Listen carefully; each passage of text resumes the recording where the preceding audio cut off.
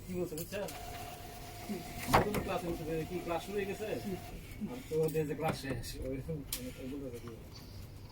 class video দেখ নি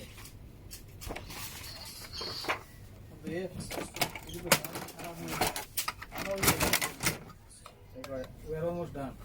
Can you তুমি একটু বাইরে দাঁড়াও আর কাউরে আসতে দিও আমরা প্রায় শেষের দিকে